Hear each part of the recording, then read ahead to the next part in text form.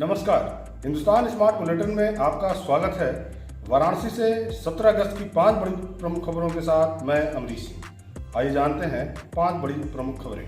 Headline: supreme court के सामने आत्मदाह का प्रयास करने वाली रेप पीड़िता के मामले में बनारस में बड़ी कार्रवाई, 2 पुलिस अधिकारी सस्पेंड। काशी से अयोध्या के बीच विकसित होगा पर्यटन सर्किट।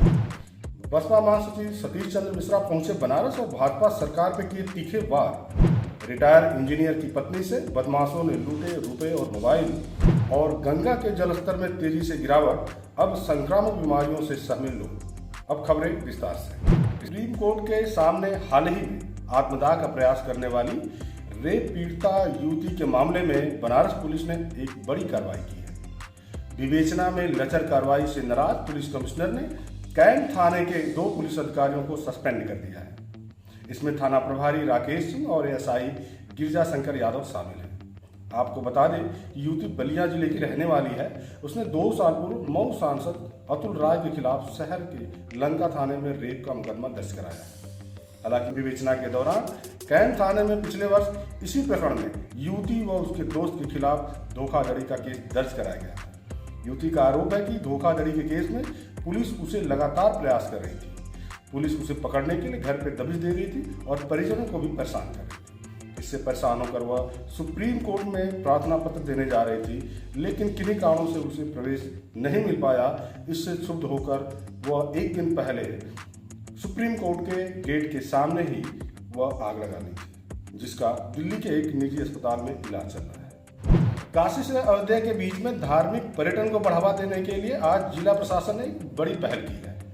जिला प्रशासन के पहल पर पर्यटन विभाग ने काशी से अयोध्या के बीच में एक सर्किट डेवलपमेंट का कार्य पर आज काम शुरू किया गया है। इसके तहत मंडलायुक्त ने फेम टूर परियोजना की आज शुरुआत की है।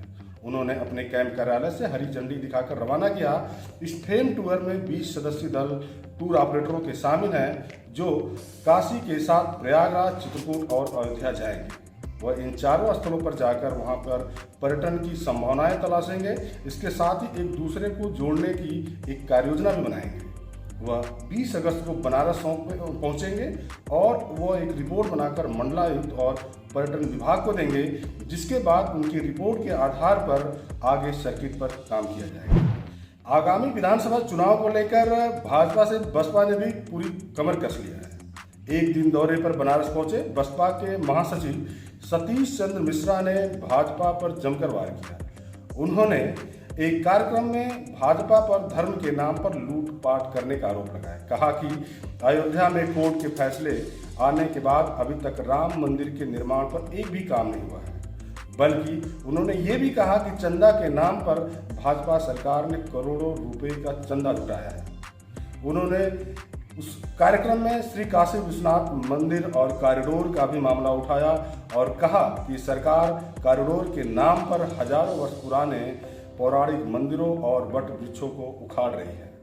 उन्होंने ये भी कहा कि पंचकोशी यात्रा जैसे 15 प्रमुख धार्मिक यात्राओं में इस सरकार ने बाधा पैदा की है। सतीश चंद्र मिश्रा ने अपनी सभा में यह दावा किया कि गंगा जी को मंदिरों के अवशेष से काटा जा रहा है और यह जो कॉरिडोर का रूप दिया जा रहा है, यह उद्योगपतियों के लिए तैयार किया जा रहा है। उन्होंने कानपुर के बदमाश विकास दुबे का बिना नाम लिए ही कहा कि कानपुर में एक कांड हो गया तो प्रदेश भर के ब्राह्मण अकारण भाजपा के निशाने पर आ गए। उन्होंने कहा कि कानपुर व आसपास जिले के 50 से अधिक ब्राह्मणों को निशाना बनाया गया।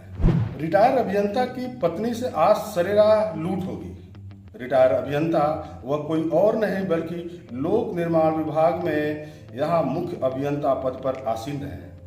बताया जाता है कि कैंट थाना क्षेत्र के छावनी अस्पताल के समीप मंगलवार को पीडब्ल्यूडी के सेवानिवृत्त चीफ इंजीनियर की पत्नी से बाइक सवार बदमाशों ने बैग लूट लिया, जिसमें उनका मोबाइल और लाखों रुपए नकदी भी था। बताया जाता है कि लखनऊ निवासी राकेश राजवंशी व उनकी पत्नी अंशु राजवंशी मंगलवार को दर्शन पूजन करने के लिए बनारस आए हैं। दोनों होटल में रुके हुए थे और सुबह पत्नी अंजू अकेले बाबा विश्वनाथ का दर्शन करने के लिए निकली थी। वापस लौटते समय छावनी अस्पताल के समीप बाइक सवार 3 युवक झपट्टा मार के उनका पर्स लूट कर भाग गए। राकेश राजवंशी ने इस मामले की कैंट थाना में तहरीर और देकर रिपोर्ट दर्ज कराई है। कई दिनों बाद गंगा में बाढ़ की तबाही के बाद अब गंगा का जलस्तर काफ़ी नीचे आ गया है। मंगलवार की दोपहर तक जलस्तर 8.34 मीटर पर पहुंच गया है, जो खतरे के निशान से 3 मीटर नीचे है। बताया जाता है कि गंगा का पानी धीरे धीरे नीचे जा रहा है, लेकिन वहीं संक्रामक बीमारियों को लेकर लोगों में काफ़ी चिंता है।